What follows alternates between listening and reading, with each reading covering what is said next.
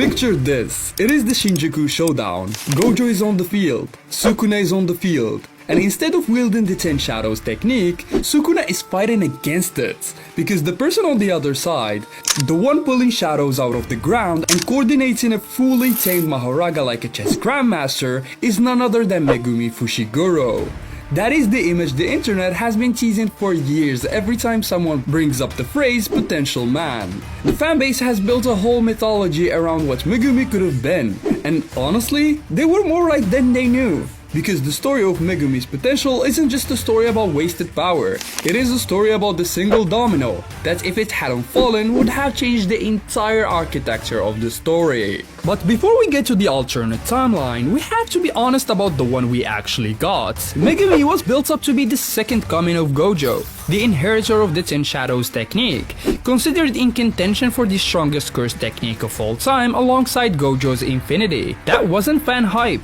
That was Gojo himself who told Megumi directly about a past clash between a Limitless 6 Eyes user and a 10 Shadows user where both killed each other, using this story specifically to suggest that Megumi could become as powerful as him, the strongest current sorcerer.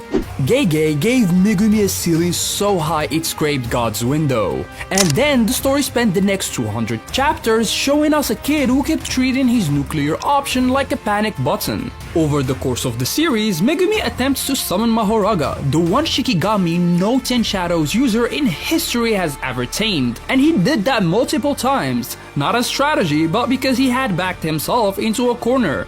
Every time he got overwhelmed, out came the Mahoraga card. His one creative use of it, which was dragging an enemy into the exorcism ritual as a mutual death trap, was genuinely brilliant, but even that was a suicide play. The Mahoraga summoning caused Megumi to hold himself back in regular combat, believing he could always fall back on sacrificing himself in a worst case scenario. The greatest weapon in his arsenal became a psychological crutch. He never tried to beat it, he never tried to tame it. He just aimed it as problems and prayed it could work. So yes, on paper the fraud allegations have a leg to stand on, but here's where the story turns dark.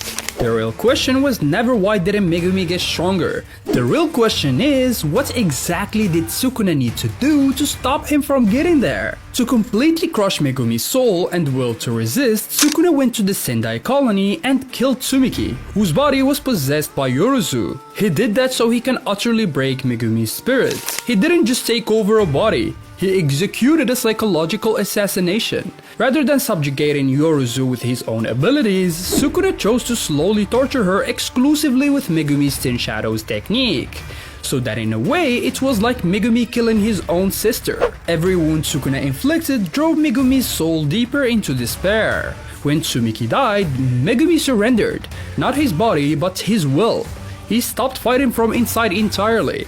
Now, let's rewind the tape. Let's go to the moment that everything broke, and ask what happens if it doesn't. The pivot point is chapter 212. Megumi sees Tsumiki's body controlled by Yorozu.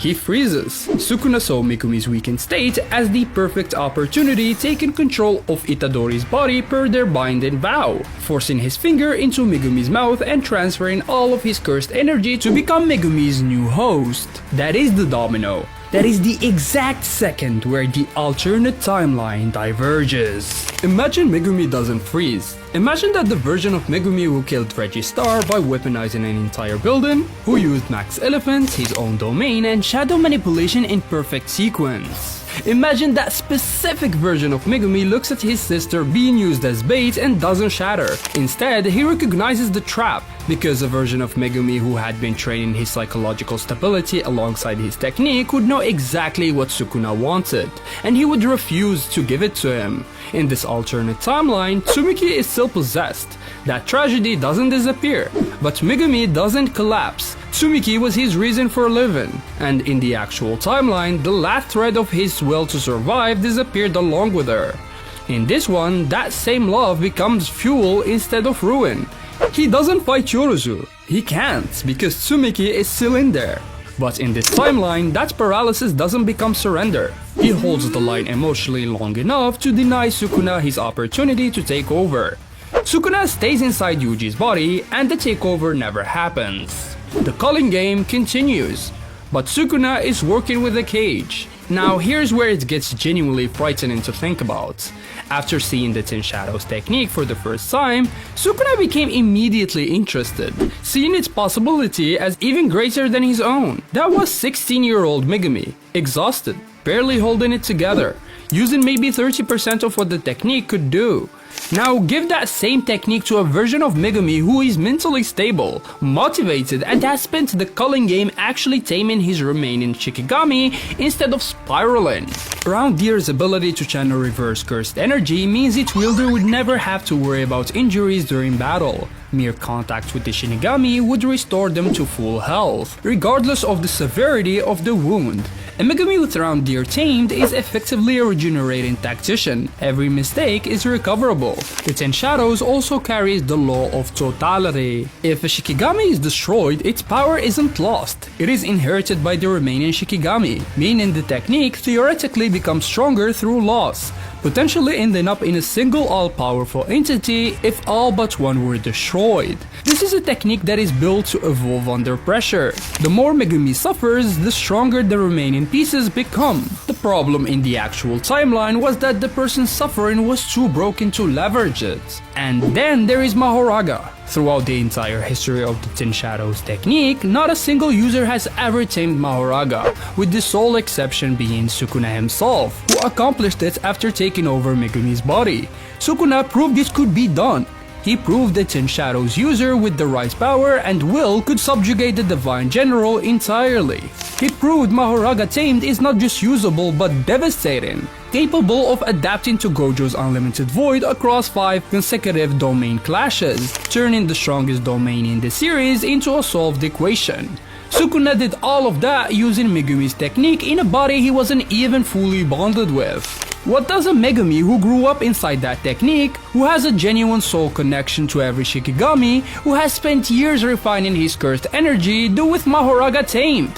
His domain, Chimera Shadow Garden, would allow him to summon an infinite number of Shikigami from any angle and create shadow doubles of himself. Put a tamed Mahoraga inside that domain, put Roundier's regeneration backing him up, put a Megumi who has finally, after years of self-sabotage, decided to live for himself rather than die for everyone else. And you have something the Jujutsu Kaisen universe has never once seen. You have a 10 Shadows user at full power. Gojo told Megumi that a Limitless 6 Eyes user and a 10 Shadows user once clashed as heads of their respective families and killed each other. He told Megumi the story to show him the ceiling, but the implication is darker. A fully realized 10 Shadows user doesn't just threaten Gojo level opponents. They end them actually. In the alternate timeline, the Shinjuku showdown looks completely different, because it probably doesn't happen the way it did at all.